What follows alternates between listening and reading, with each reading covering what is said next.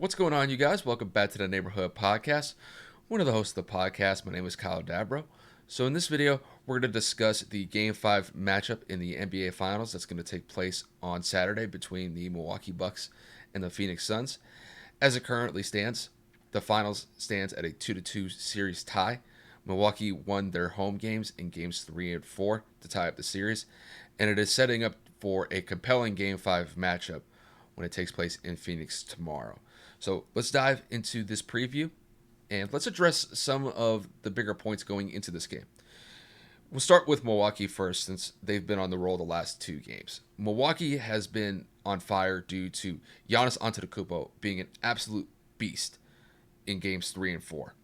It was something that Phoenix tried to adjust to, and they had a difficult time trying to slow him down. They were able to somewhat in game 4, only limiting him to 26 points, but he still had 14 rebounds and 8 assists to go with the 26 points.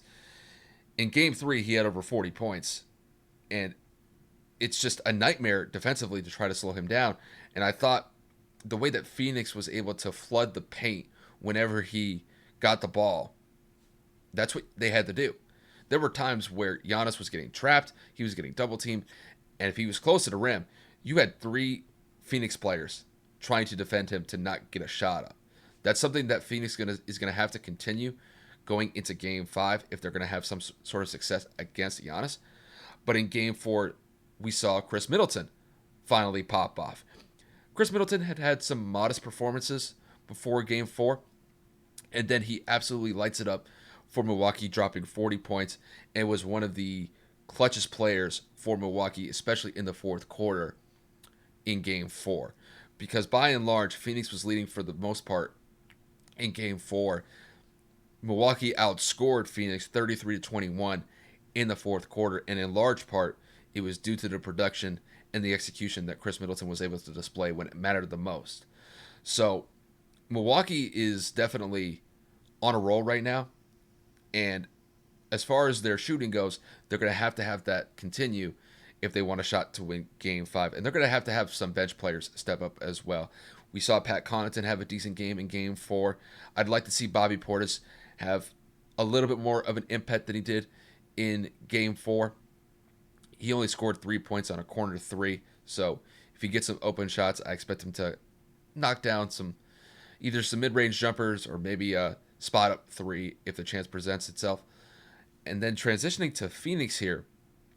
Look, Phoenix is kind of down in the dumps right now. They had a chance to win Game 4 because they led most of the way in Game 4, but outside of Devin Booker, who dropped 42 points, the team really struggled. And just to kind of pull up the stats for you guys on how it's been for Phoenix. Phoenix has done really well when it comes to their field goal percentage, their 3-point percentage, and even their free throw percentage. But the problem is that they are getting out-rebounded day and night by Milwaukee. Look at the difference. They're getting out-rebounded by 6.5 rebounds. And in Game 4 specifically, I'll transition to the box score in Game 4. Look at what you have for the rebounds. Milwaukee had 48 rebounds compared to Phoenix's 40. Milwaukee had 17 offensive rebounds compared to Phoenix's 5. That's second chance points that Milwaukee was able to cash in on, and they did so. And not only that, Phoenix had a terrible game when it came to the turnovers. Phoenix had 17 turnovers in Game 4. Milwaukee had 5. You're going to have to do something about that if you want to have a shot to win Game 5. And not only that, I think really kind of the biggest thing to take away here from Game 4 is Chris Paul.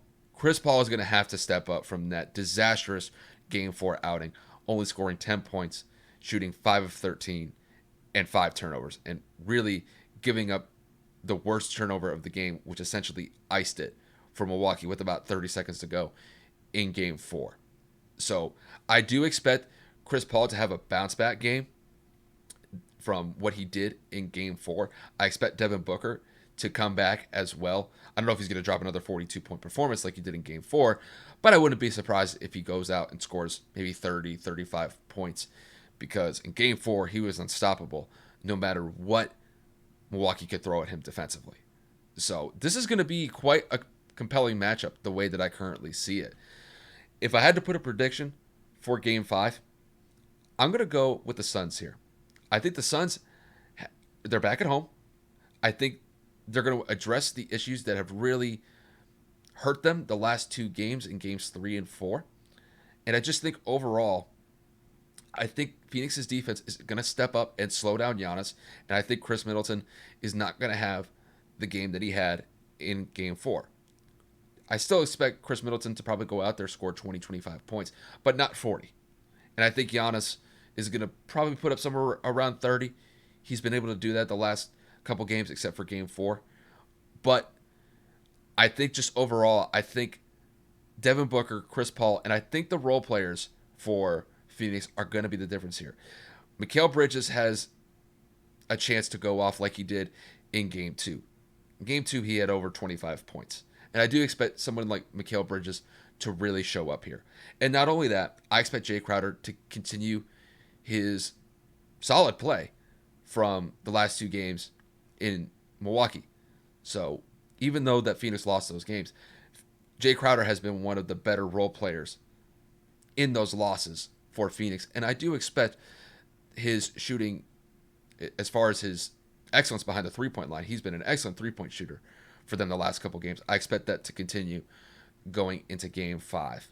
And if I had to put a score on it, just to wrap this up, I would say it's going to be, I think it's going to be like a 10-point win for Phoenix. I think Phoenix is going to really light it up on the scoreboard here. And I just don't think that Milwaukee's going to be able to contend with that. So I'm going to put a 115 to 105 score for this game. And Phoenix would then go up 3-2 in the series. And the series would transition back to Milwaukee for game 6. But that's what I have for this game.